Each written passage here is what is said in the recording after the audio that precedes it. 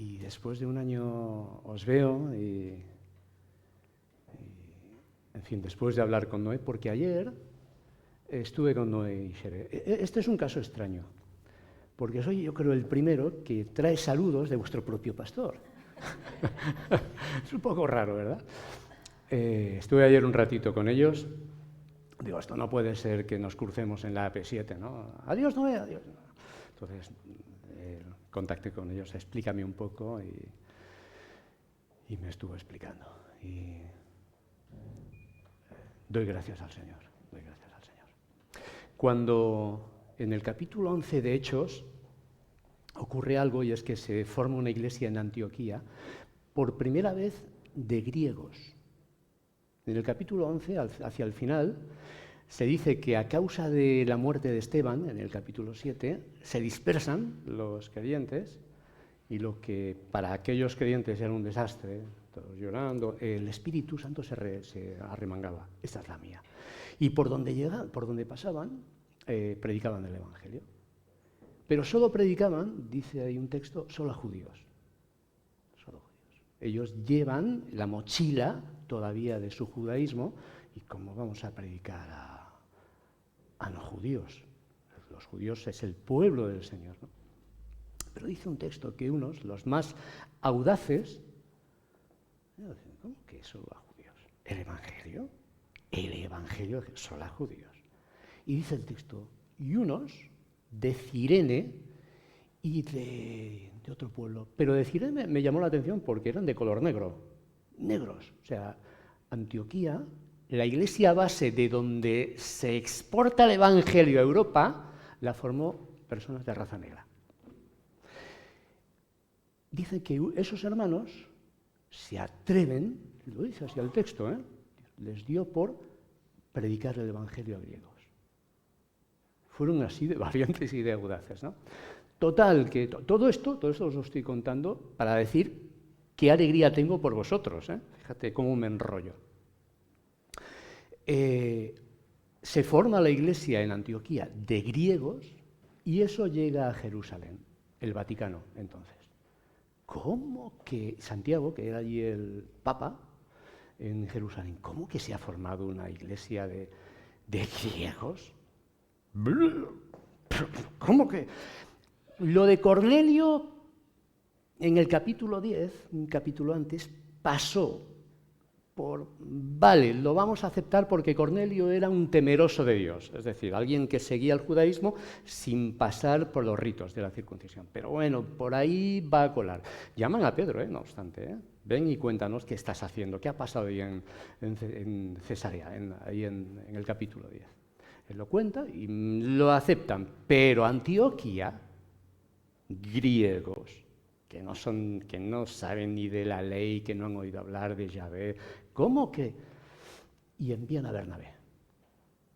Y aquí me vais a permitir que me compare a Bernabé.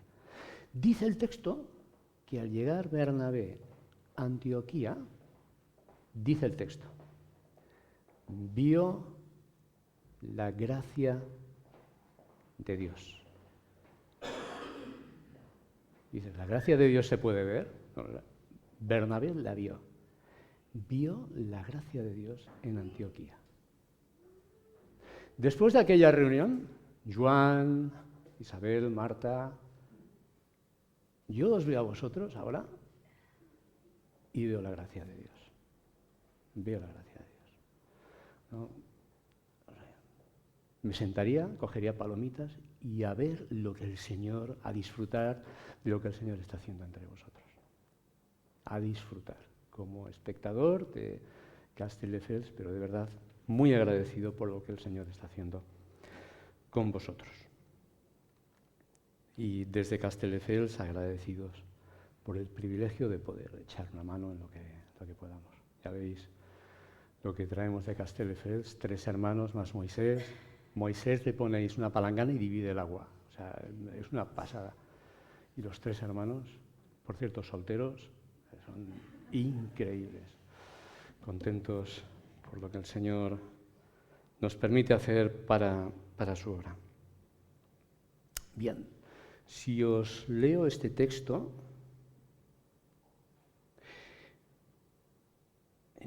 Hechos, capítulo 2. Alabando a Dios y teniendo el favor de todo el pueblo. Y el Señor añadía, esta es la coletilla, este es el final que quería leer. Y el Señor añadía diariamente los que iban siendo salvos a la iglesia. Es el final que querríamos, ¿verdad?, para todas nuestras iglesias, ¿verdad? Este sería el colofón que todos deseamos. Y el Señor iba añadiendo a su iglesia todos los que iban siendo salvos. Esto equivale al y fueron felices y comieron perdices. Este final ha sido denunciado por todas las perdices del mundo. O sea, esto es una masacre para ellas, ¿no? Pero este final el Señor iba añadiendo cada día. ¿Dónde se encuentra ese texto? Venga, los más ágiles con la Biblia. ¿Sabéis dónde? ¿Os suena dónde está? ¿En qué libro? Eso es muy fácil, ¿no? ¿En los Hechos de los Apóstoles. Para nota, ¿en qué capítulo? Lo sabéis algunos, lo que pasa es que sois muy tímidos. Está en el capítulo 2. Y si creemos que hay una relación de causa y efecto, tenemos que preguntarnos si este es el efecto, ¿cuál debe ser la causa? Es decir, ¿qué debemos hacer? ¿Qué debe darse en nuestras iglesias para que podamos decir, para que el relato de nuestra iglesia acabe de este modo? Y el Señor iba añadiendo diariamente. Aquellos que iban siendo salvos no los dejaba por ahí flotando en un limbo extraño, sino que los incrustaba en la iglesia. Señor, yo me he salvado, ¡pum! ¡Pac! Incrustado en el cuerpo de Cristo, en la iglesia.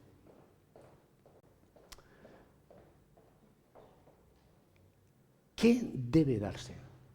Bueno, tiramos la moviola hacia atrás, estamos en el capítulo 2, en el último verso, en el 47, tiramos hacia atrás y llegamos al 42. Y en el 42, ahí sí ya nos encontramos con unas claves importantes que da lugar, supone, constituye el fundamento para que pueda darse ese final que todos deseamos, ¿no? Que el Señor vaya añadiendo cada día a aquellos que van siendo salvos a su iglesia. Leemos en el capítulo 42, verso 42 de ese capítulo 2 de Hechos. Dice que perseveraban. Ese perseveraban es un verbo intenso. En el idioma original hay dos verbos para de la que se traduce perseverar. Uno es el que transmite la idea de permanecer bajo un peso y permanece ahí firme, sosteniendo ese peso, se traduce muchas veces como perseverar.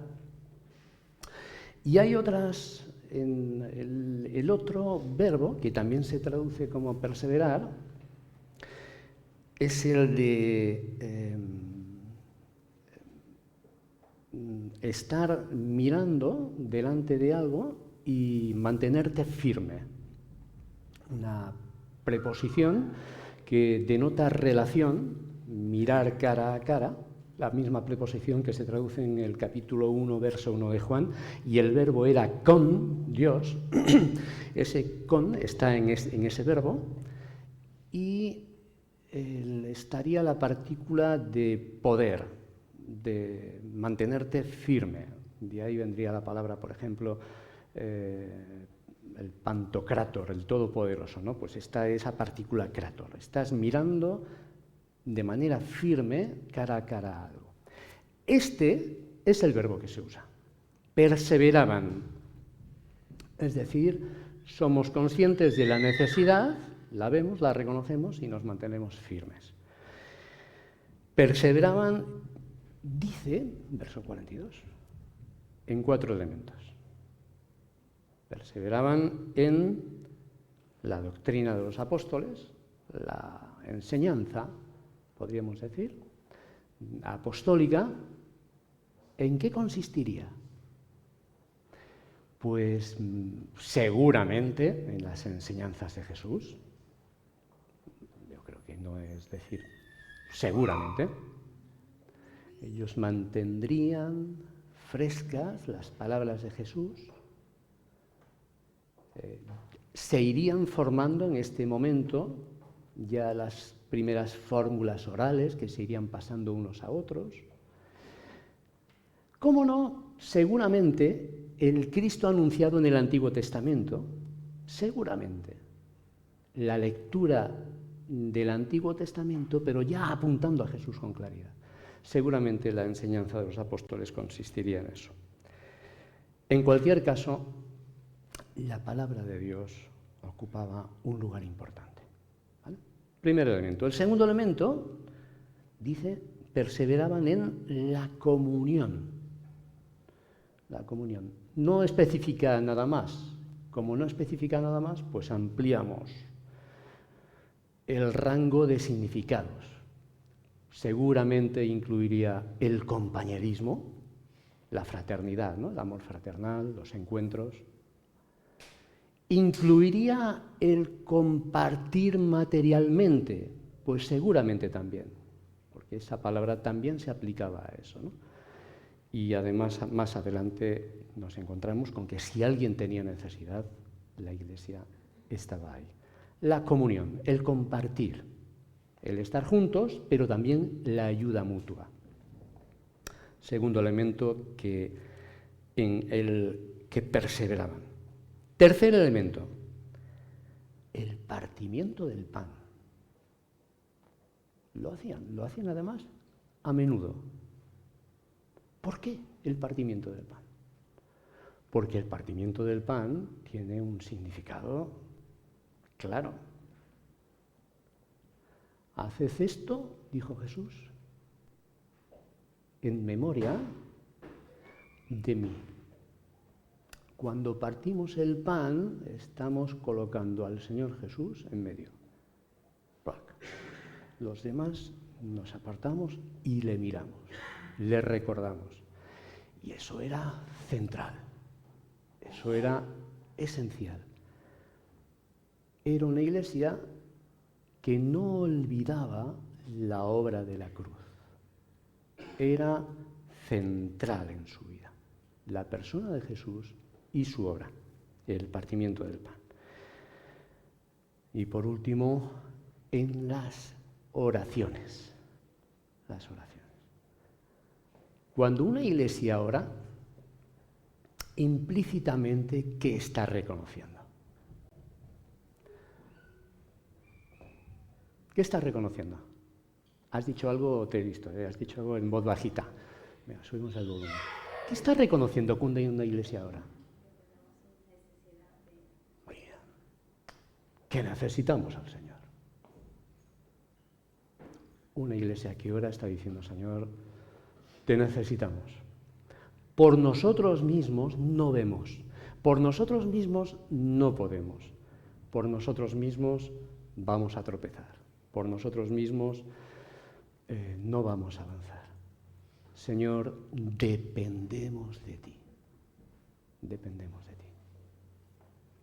Así que esas serían las 4 columnas sobre las que se sostenía la vida de la Iglesia: la palabra de Dios, el compartir, la centralidad de Jesús y su obra y las oraciones. Una iglesia que ora. ¿Vale? Está bien que figuren ahí en esos 4 elementos en una pizarra. Muy bien. Ahora abrimos una ventana y en los siguientes versos nos vamos a asomar cómo vivía todo eso la iglesia. ¿Cómo lo vivía? Una iglesia puede reconocer esos 4 elementos y vivir una vida muy pobre al mismo tiempo. Lo puede reconocer a un nivel teórico y al mismo tiempo vivir una vida pobre como iglesia. Leemos. Entonces cayó o caía temor sobre toda persona, pues se hacían milagros y señales por medio de los apóstoles. Es decir, el espíritu se dejaba notar, al espíritu se le desata y se le nota. Aquella iglesia, mejor dicho, aquella sociedad no permaneció indiferente, cayó temor. Es curioso porque no es la primera vez cuya primera reacción cuando Dios se acerca al ser humano es el temor. Es el temor. El mysterium tremendum que decían los reformados. Dios se aparece a Isaías en el capítulo 6 y Isaías tiembla. ¡Ay de mí! Dios se asoma a las calles de Jerusalén y cae temor sobre toda persona, pues se hacían muchos milagros y señales por medio de los apóstoles. Perciben que Dios está cerca. La primera reacción es de temor. Todos los que creían, seguimos leyendo, se reunían y tenían todas las cosas en común. Una referencia al segundo elemento que hemos mencionado antes. Vendían sus posesiones y bienes y los repartían a todos, a cada uno según tenía necesidad. Ellos perseveraban, de nuevo, se mantenían firmes, unánimes, en el templo, día tras día. En el templo, seguramente en el pórtico de Salomón, un gran patio muy grande que rodeaba lo que era el templo. El único lugar donde cabía aquella comunidad que entonces seguramente sería muy numerosa. Sabemos, porque lo dice el propio libro de Hechos, que se convierte en 3.000 personas tras la predicación del apóstol Pedro. Seguramente una gran parte de ellos eran aquellos venidos de fuera, partos, elamitas, y que después del derramamiento del Espíritu Santo oyen que hablan en sus propios idiomas, ¿no? Y muchos de ellos confiesan a Jesús, aceptan a Jesús, pero luego vuelven a sus hogares, seguramente. No obstante, en Jerusalén seguramente quedó una comunidad grande. Los locales no existían todavía, de hecho, el local de iglesia es un invento tardío y se reunían en hogares. Pablo, en las salutaciones finales de sus cartas, saluda a las iglesias que se reúnen en casa de tal, en casa de cual. Pero en este caso, en Jerusalén, en algún momento querían encontrarse, querían verse. Ellos, hemos dicho, todavía llevan su mochila de su mente judía desde el punto de vista religioso, y el templo es de gran valor espiritual. ¿Dónde van a verse? Bueno, pues cerca de lo que ellos creían, intuían como la casa del Señor, y allí cabían todos, y allí se reunían seguramente para orar. De hecho, en el capítulo 3, verso 1, dice que Pedro y Juan subían al templo a la hora de la oración. Es decir, que ellos mantenían sus costumbres, seguramente no, con toda seguridad, el tema de los sacrificios de animales, ya no, porque Jesús era el cumplimiento de todos aquellos rituales sacrificiales, pero la oración, ¿por qué no? ¿No? Pues ellos continuaban con sus costumbres, ¿no? Judías. Es la hora de orar, pues vamos al templo a orar, ¿no? ¿Por qué no? Pues ellos se reunían, perseveraban unánimes en el templo día tras día, y partiendo el pan casa por casa, otro de los elementos que hemos mencionado antes, el partimiento del pan, pero ya lo hacían casa por casa. Participaban de la comida con alegría y con sencillez de corazón. Y ya llegamos al último versículo, el final feliz, alabando a Dios y teniendo el favor de todo el pueblo. Y el Señor añadía diariamente. Ese diariamente es la segunda vez que se repite y a mí me gusta mucho. Me gustaría abundar un poquito en ese aspecto. Os recomiendo con muchísimo interés que os hagáis con un ejemplar de este cuadernito. Se llama El Gran Abismo, de Mark Green. Son poco más, no sé si llega a 30 páginas. Es una maravilla. Habla de un virus, de ahí viene el título del Gran Abismo, que él lo menciona con 3 S's. La separación entre lo sagrado y lo secular.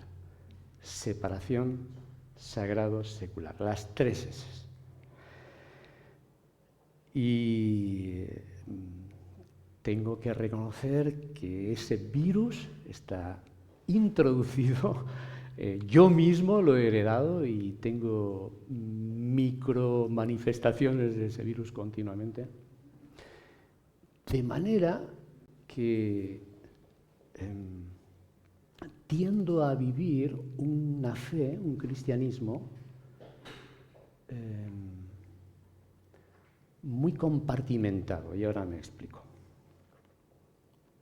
Todo viene a colación del diariamente, el énfasis que hemos leído, diariamente. Cada día partían el pan, diariamente el Señor añadía personas que se iban.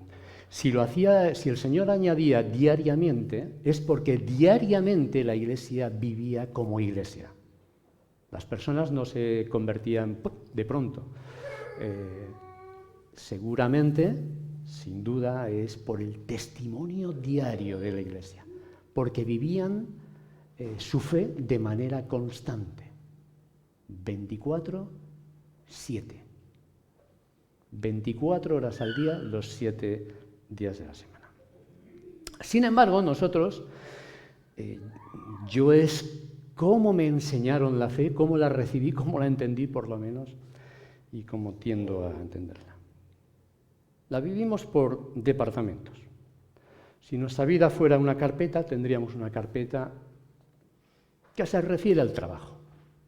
Aquí tendríamos, pues, la posibilidad de ascender, el ambiente tóxico que hay a veces en mi trabajo. Mi jefe me trae por la calle de la amargura. O un trabajador, un compañero que últimamente no se relaciona con los demás, no sé qué le pasará. Lo tendríamos en esta carpeta. Otra carpeta sería el de la familia. Aquí tendríamos, estamos disgustados mi mujer y yo desde hace unos días. El crío, el adolescente, yo no sé si facturarlo a Algeciras, yo no sé qué hacer con él. Le ha dado que quiere dejar la carrera, está estudiando Derecho y quiere meterse a actor. Yo no sé qué hacer con él. Está la carpeta, en el caso de los más jóvenes, o de la mayoría, de los estudios. ¿Qué debo estudiar? Acabo ahora el bachillerato, pues no sé.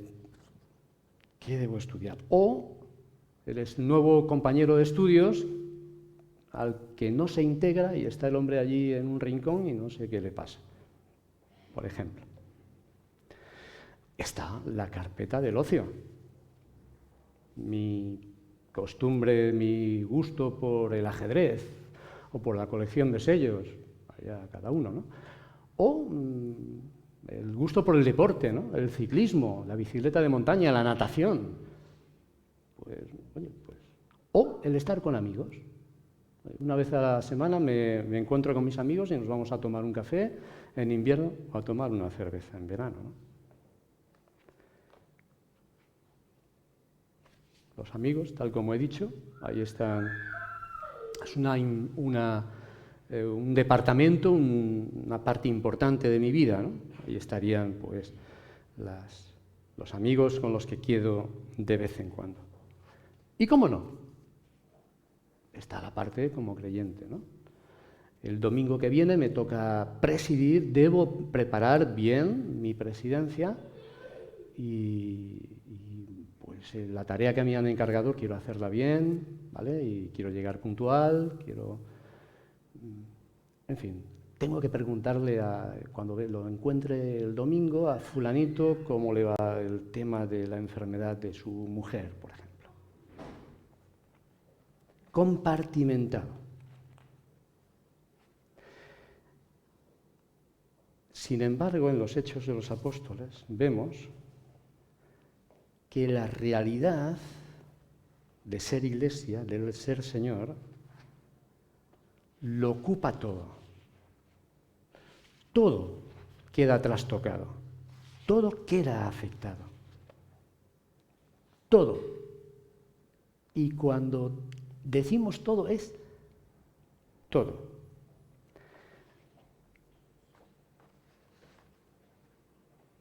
La posibilidad de ascender la miro a la luz de qué le conviene a la misión, a la obra del Señor. El compañero que de pronto ha dejado de hablar con los demás, me quiero acercar a él. ¿Por qué? Porque es mi responsabilidad y el hecho de tener al Señor me impele a eso. El ambiente tóxico lo leo ya desde el prisma de ser discípulo de Cristo. ¿Cómo debo moverme como discípulo de manera que no me afecte, sino que pueda transformar ese ambiente tóxico? En cuanto a la familia, trato el tema de los estudios de mi hijo de forma diferente. Oro por él, me acerco a él, le pregunto, no le sermoneo, sino que le pregunto, trato de averiguar qué sucede con él. Desde luego, no pasa de esa noche sin que mi mujer y yo nos arreglemos y estemos bien. El tema de los amigos, sigo quedando con ellos, a tomar el café o la cerveza en verano, sigo. Pero oro cada vez que voy para que el Señor me dé ocasión para hablar de Jesús.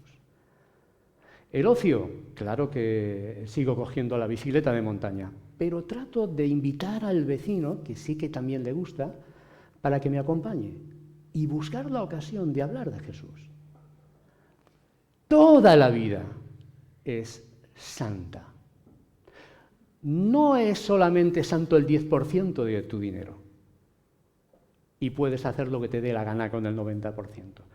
Todo tu dinero es del Señor, todo. Esta ya no es la casa del Señor, como si fuera de aquí ya no está el Señor. Vives en la presencia del Señor el 100% de tu tiempo. Las personas que están aquí, los pastores, los ministros, no son cristianos 2.0. No. Toda la Iglesia se compone de ministros del Señor, de misioneros que somos llamados a hablar de Jesús, a mostrar el rostro de Jesús, allí donde estemos. De ese modo, la escalera de vecinos es nuestra misión. Nuestro trabajo es nuestra misión. Las aulas de nuestros institutos, universidades, son misión del Señor. Oramos muchas veces cuando empieza la escuela dominical, ¿no? Y tenemos que hacerlo, ¿no? Por los profesores de la escuela dominical. ¿Hemos orado alguna vez por las profesoras o profesores que tenemos aquí de secundaria, que están toda la semana con 25 niños, muchas horas con ellos? No solemos orar por ellos. Personal sanitario. Están un montón de horas escuchando a las personas, algunas de ellas vienen tristes, con problemas que van más allá de los síntomas físicos, ¿no? Oramos por ellos. Yo bendigo el día en que se pongan aquí las enfermeras de rodillas y los médicos y todos les impongamos las manos. Yo oro por ese día. Os enviamos a la misión. ¿Sabéis? He oído hablar de una iglesia donde a la salida, mirando hacia adentro, había un rótulo, a la salida de la puerta, que pone: aquí empieza la misión, cuando sales. Yo oro por ese momento, ¿no? Benji, por cierto, él es dentista, todos se quedan con la boca abierta cuando le ven, ¿no? Él ve un montón de gente cada día, un montón de gente, y seguro que mantiene conversaciones con ellos. Hay que orar por él, él es un misionero, y como él, cualquiera de vosotros, ¿no? Tenéis vecinos, tenéis compañeros del instituto, tenéis compañeros de trabajo. Sois misioneros, y como Dios, el Padre, envió a su Hijo, el Hijo nos envía a todos. Diariamente, en cada momento, cada cosa que hagamos. Dice Jaume Allenas, que me encanta, dice algo, que los cristianos somos llamados a ser personas normales, haciendo cosas normales, pero con una intencionalidad extraordinaria, con un enfoque misional. Veámonos así, gente normal, sencilla, haciendo cosas sencillas, pero enfocados con un propósito intencional de llevar a Jesús. Si somos esa iglesia sencilla, haciendo cosas sencillas, la gincana, las cajas, relacionándonos con nuestros vecinos del pueblo de forma sencilla, pero bendiciendo al pueblo en el sentido de escucharle, en el sentido de ayudarle en lo que podamos, el Espíritu va a hacer prodigios, va a hacer cosas increíbles. Y Castelldefels va a comprar palomitas, se va a sentar y va a limitarse a quedar asombrados. Que el Señor os bendiga. Terminamos con una oración. Señor, gracias. Gracias por la promesa de que vas a estar con nosotros cada día de nuestra vida. No nos vas a dejar huérfanos. Señor, de manera diaria, constante, Señor, suplicamos tu guía y tu asistencia. Te necesitamos, Señor. No nos pides ser unos grandes organizadores, no nos pides grandes eventos, no nos pides, Señor, comisiones, no nos pides cosas que tampoco seríamos capaces de hacer. Tan solo, Señor, tan solo ser dóciles, Señor, a la guía de tu Espíritu. Señor, concédenoslo, por favor. Y que San Feliu, Señor, Palamos, Pachadaru, toda esta zona, Señor, sepa acerca de Jesús. Esa es, Señor, nuestra pasión. En el nombre de Cristo.